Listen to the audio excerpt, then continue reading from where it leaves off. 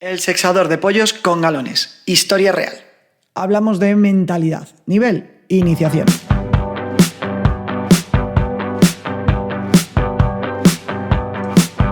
Hola automatista, hoy vengo con una historia de red flags, de mentes cuadriculadas a ratos, la mía, y de cómo seguir todo el proceso automatista del que te hablaba la semana pasada, ya sabes, eso de saber pensar, saber hacer y saber practicar, consiguiéndolo en menos de una hora. Y además te lo voy a contar muy rápido, 5 minutitos y verás de qué va la movida. Por cierto, este episodio podría haberlo titulado Jeje, no, ni de Blas, pero igual lo entendías aún menos. Voy al lío.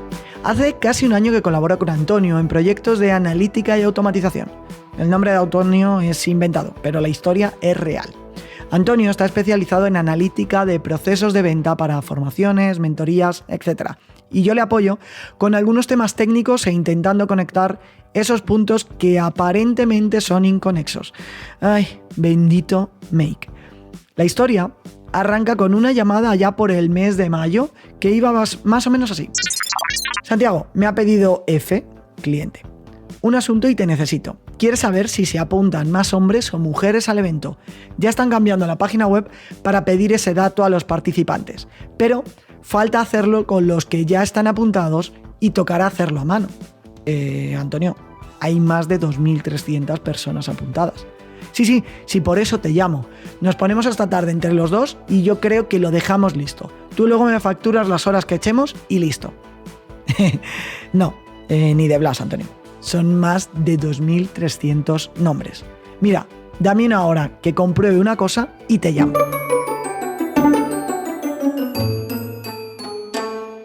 A los 46 minutos le llamé. Listo, Antonio. Perfecto. ¿A qué hora empezamos hoy con el tema? ¿Cómo nos repartimos? No, Antonio, que ya está listo. Échale un ojo al cuadro de mandos. He añadido un gráfico de datos demográficos. Tenemos un 53% de público femenino y aproximadamente un 3% que no he podido calcular.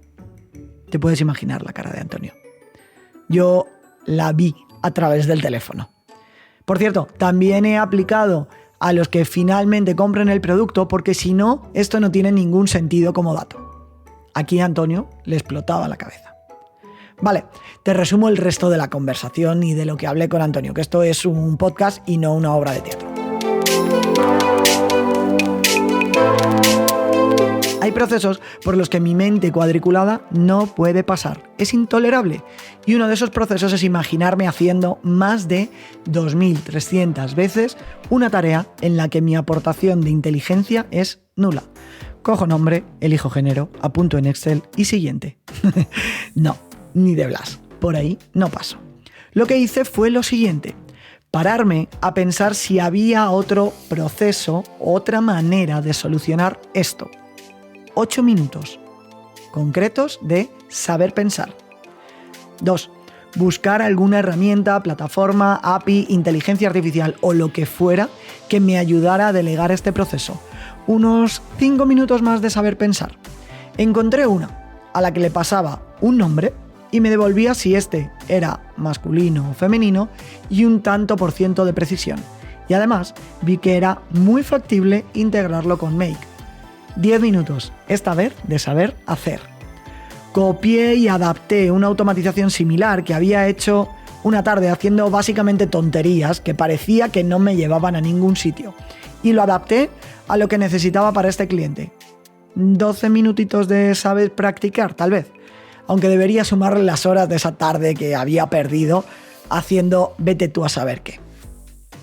Después hice algunas pruebas para comprobar que todo iba ok y pasé a comprar créditos de la herramienta, que era de pago, y digamos que aquí invertí otros 6 minutos de ese saber hacer. Total, 41 minutos. Los 5 minutos que faltan los dediqué a prepararme un café mientras la automatización hacía su magia unas 2.348 veces. El proceso quedó de la siguiente manera.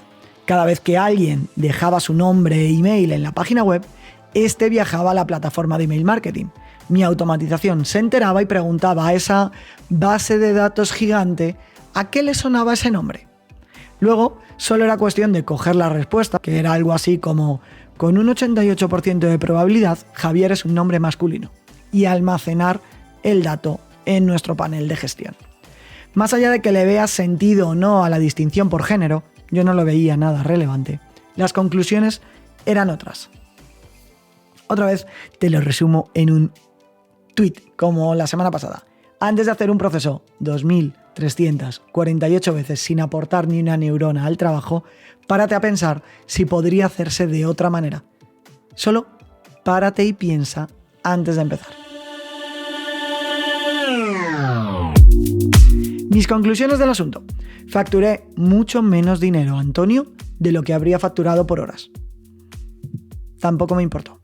Durante el año pasado, replicamos ese proceso en más de 20 proyectos y con casi 100.000 nombres actualizados. Así que terminé facturando mucho más e invirtiendo muchísimo menos tiempo. Se hizo un test A/B dentro de ese proyecto, añadiendo el campo masculino-femenino en el registro, y la tasa de conversión cayó más de un 20%. Sin embargo, los datos que se recogieron en ese experimento coincidían en más de un 90% con los de la herramienta automática. Recuerda, antes de hacer cualquier tarea mecánica, párate a pensar si existiría otra forma de hacerlo. Aunque al final acabes haciéndolo a mano, deberías valorarlo. ¿Qué te ha parecido? ¿Se te ocurren casos similares en tu trabajo donde podrías encontrarte algo así?